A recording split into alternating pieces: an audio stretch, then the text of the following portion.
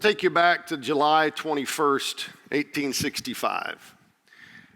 On July 21st, 1865, that's 37 days after President Lincoln was assassinated, James Russell Lowell stood before the Harvard graduating class and presented an ode, a word, a testament, a reflection. And so all the way back in 1865, Lowell wrote these words, and I want you to see them and hear them and think about the state in which the nation was. I'm at the point in which he said these. Lincoln had just been assassinated 37 days before. And listen to his words. Our slender life runs rippling by and glides into silent hollow of the past. What is there that abides to make the next age better for the last? Is the earth too poor to give us something to live for here that shall outlive us? Some more substantial boon that such as flows and ebbs with fortune's fickle moon. The little that we see from doubt is never free. The little that we do is but half nobly true. With a laborious hiving what men call treasure and the gods call dross, life seems a jest of fate's contriving, only secure in everyone's conniving, a long account of nothings paid with loss, where we, poor puppets, jerked by unseen wires, after our little hour of strut and rave, with all our pasteboard passions and desires, loves, hates, ambitions, and immortal fires, are tossed pell-mell together in the grave. Not very uplifting, obviously. Do you wonder that? Do you wonder if there's more to life? Do you wonder if there is any hope? Approximately 400 years before the birth of Christ, a man traveled 1,000 miles to bring some news. Long journey, obviously. Hanani is his name. Travels 1,000 miles, returns to the land far away from his own, and gives a report. And I want you to hear this report. It comes in the book of Nehemiah, our focus for this week and throughout this summer, as we investigate the role of Nehemiah and God's goodness throughout this journey. And in Nehemiah chapter 1, verses 1 through 3, we hear these words. The words of Nehemiah, the son of Hakaliah.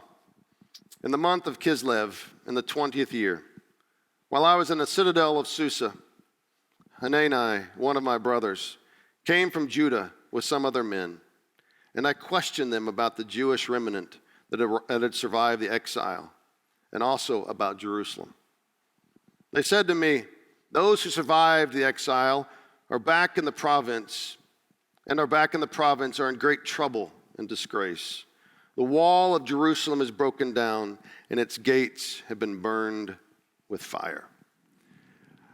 This fickle fate, this life that seems that nothing can go better than it is. This is where they find themselves. The Jews have, yes, survived physically the exile, but yet they have spiritually been abused. They feel like they are outcast even in their own land. They feel insecure.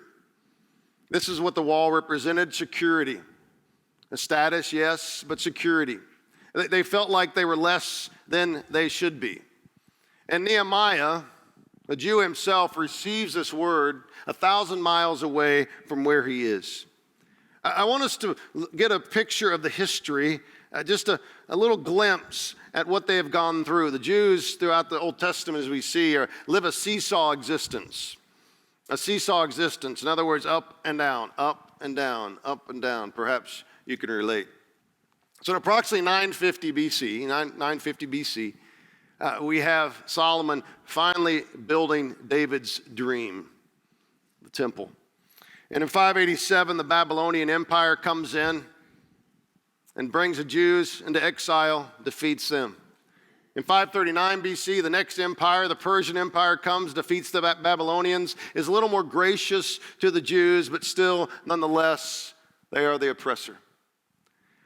But they have some freedom. They were able to do things that they weren't able to do prior. And in 515 BC, the Israelites rebuild the temple. The temple, but not the wall. The symbol of God's presence, yet not the symbol of security and protection. And then fast forward into the early 400s, and here we have Hanani coming and giving this report that things weren't rosy, that things weren't all that great. Nehemiah receives this word, and I want you to notice some things that Nehemiah does. The first thing that Scripture says Nehemiah does is he sits down and he weeps. He sits down and he weeps. This is not drama. This is not some portrayal of something to impress others. This is a true broken heart.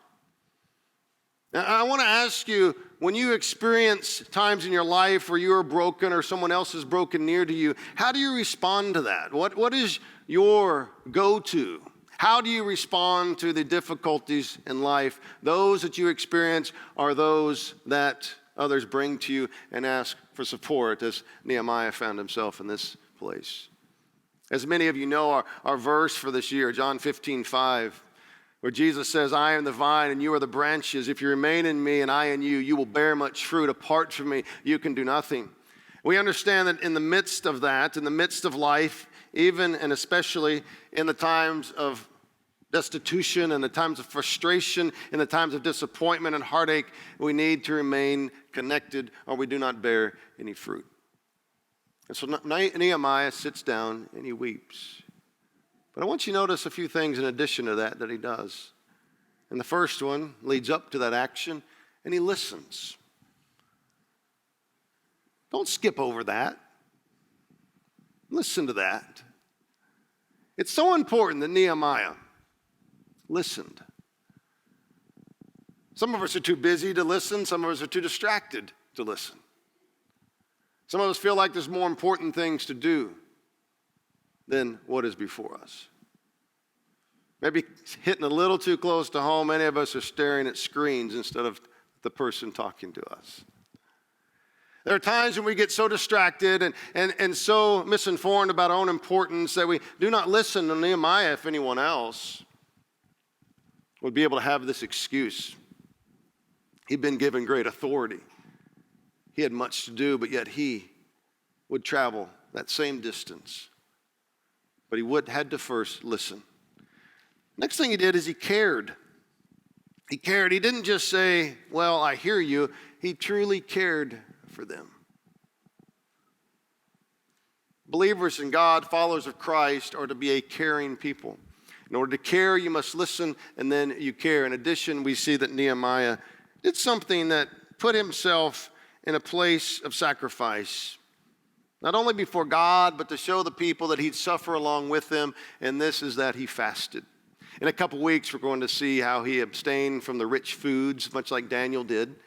But here he is fasting. He is understanding that he needs to hear clearly from God and represent to other people that he will reserve his right, set it aside for a while, reserve it for later, and come now to this point of spiritual reckoning, of understanding what will God say to me during this time. In addition to this, most importantly perhaps, he prays. You see, he wants to engage God in this. He doesn't want to try to do this under his own strength or anyone else's. And I love the passage that records his prayer. Look at this with me in chapter 1, beginning in verse 5. We see the prayer that he has prayed. He writes it for us. He says, Then I said, Lord, the God of heaven, the great and awesome God, who keeps his covenant of love with those who love him and keep his commandments. Let your ear be attentive and your eyes open to hear the prayer your servant is praying before you day and night for your servants, the people of Israel. I confess the sins we Israelites, including myself and my father's family, have committed against you. We have acted very wickedly towards you. We have not obeyed the commands, decrees, and laws you gave your servant Moses. Remember the instruction you gave your servant Moses, saying, if you are unfaithful, I will scatter you among the nations. But if you return to me and obey my commands, then even if your exiled people are in the farthest horizon, I will gather them from there and bring them to the place I have chosen as a dwelling place for my name. They are your servants and your people, whom you redeemed by your great strength and by your mighty hand. Lord, let your ear be attentive to the prayer of this your servant and to the prayer of your servants who delight in revering your name. Give your servant success today by granting him favor in the presence of this man. What a wonderful prayer. Before he goes and makes his request, here is Nehemiah saying that I am lifting up the name of God, the Lord, the God, the awesome God, the worthy God. And sometimes we skip over this. Sometimes we try to handle things on our own. Sometimes we receive bad news, our own or someone else's, and we see, how can I fix that? How can I fix that? I'm a fixer. I love to help people. And I can tell you in ministry, and this was a surprise early on in ministry, thankfully I've learned it over the years, but people come to pastors and say, Pastor, please help. And sometimes you can help, and other times, silent in your head, you're saying, and you would agree with me, I'm sure, Brad, Bart, God, please help me know what to say because I'm clueless right now.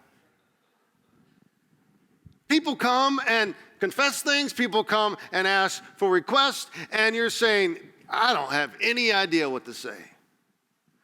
But I know who can tell me what to say, and I know who can help me help others. And this is where Nehemiah is. Nehemiah says, I don't know what to say. I don't know what to do, but I trust God. But then he does something beautiful.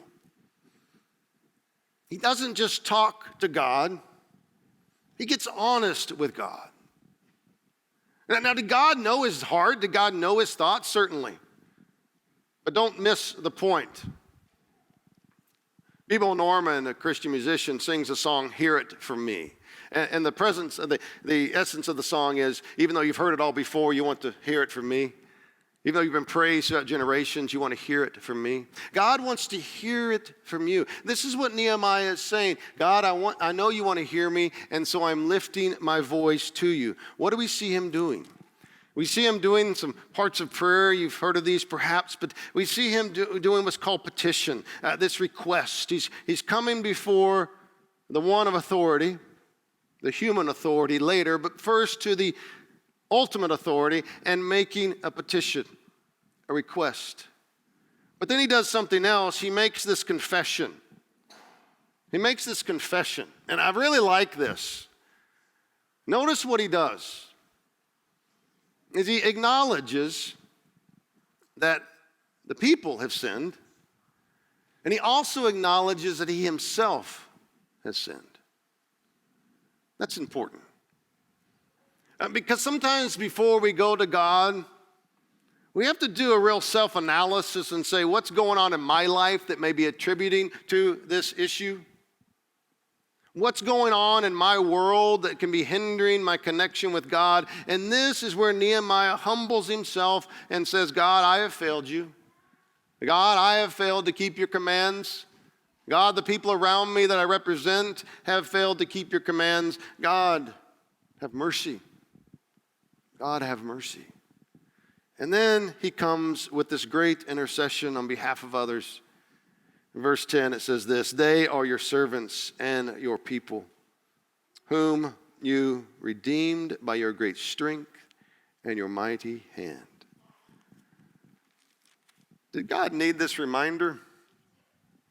Probably not. God didn't forget. But Nehemiah feels that he wants to remind God, hey, God, you made us a deal. God, you made us a deal. God, you made a covenant with us. God never breaks his covenants. And we've already seen what God has said come true. He says, if you betray me, if you go against me, you'll be scattered. And this is exactly what happened. The diaspora, the Jews, are dispersed throughout the land. Central Asia, Middle East, whatever you want to call it. They are sent out driven out, but some have returned. And this is where Nehemiah is here in just a bit. But here they are, desperate, outcast. And God says in intercession, hey God, remember that you said when they disobey, they will be scattered, but when they obey, you will bring them back. And what a beautiful testimony of his faith. He didn't say, well, let's give up. He didn't say all is desperate. He didn't look into the eyes of reality and say, well, it's just all done and there's nothing else I can do. What he did is remind God of his covenant, but what he's really doing in that, God doesn't forget. So what I believe he's really doing in that is he's reminding himself of the goodness of God. You know what that's like, perhaps. You come in on a Sunday morning and we sing a song that you don't quite believe at that moment in your life. How great is our God? And you're thinking, well, I don't really believe that right now. God, how lovely and great are you? God meets the need. All these songs, you're going, I don't know if I really believe that right now.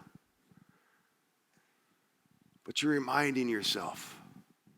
You hear those words, it must be true. It must be true. Even though I don't feel like it, it must be true. It must be true. It must be true. And that's what Nehemiah is doing. It must be true. It must be true. It must be true. And if Nehemiah did not think that it is true, he would not have progressed into what else he was going to do. And we're going to study that and look at this. But before we go on to that, there's a little blurb, little almost wasted sentence if we're not careful at the very end of chapter 1. It's interesting. He kind of sets the stage with it, but it's kind of like thrown in there. Like, why'd you do that? Check out this verse. I was a cupbearer to the king. Okay, Nehemiah, thanks for that. He's just prayed this eloquent prayer. He's told us the history of the Jewish people in a nutshell, and he said, oh, by the way, I'm a cupbearer to the king. Now, what's this going to do is set up how he has an entrance into the king's presence, but why add this? Why put this here? Well, I see in this a beautiful way for us to make a contrast. By seeing what he was, we see what he was not. He says, I'm a cupbearer. Notice he doesn't say I'm a priest. I'm a preacher. I'm a scholar. I'm one of great authority. Translation, I believe, I'm a simple man doing a simple job. A simple man doing a simple job. In the introduction to the Nehemiah, as Peterson translates it, he gives us this introduction. And I don't want you to devalue these words because in them you hear a great theme.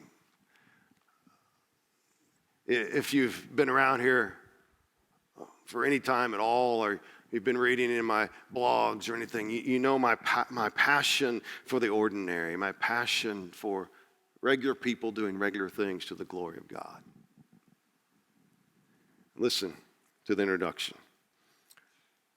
Separating life into distinct categories of sacred and secular damages, sometimes irreparably, any attempt to live a whole and satisfying life, a coherent life with meaning and purpose, a life lived to the glory of God. Nevertheless, the practice is widespread.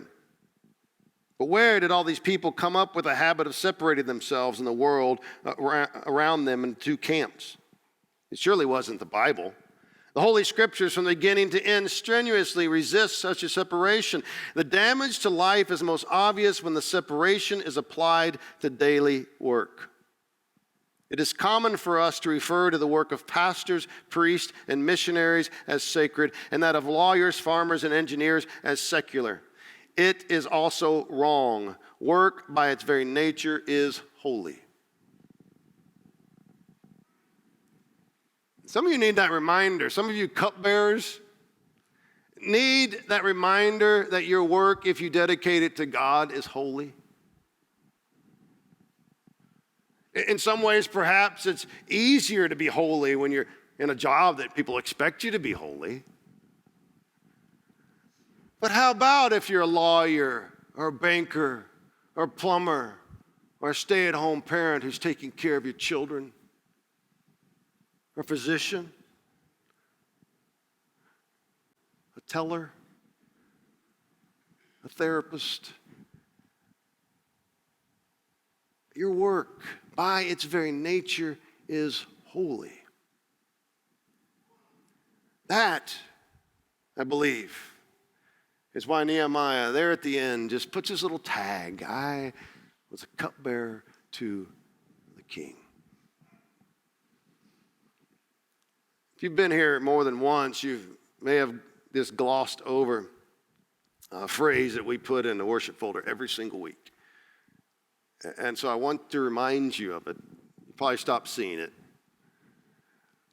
But just so you know who's here to serve, we list our names and the pastors, but at the top of this, listen to this, look at this. Who are the ministers?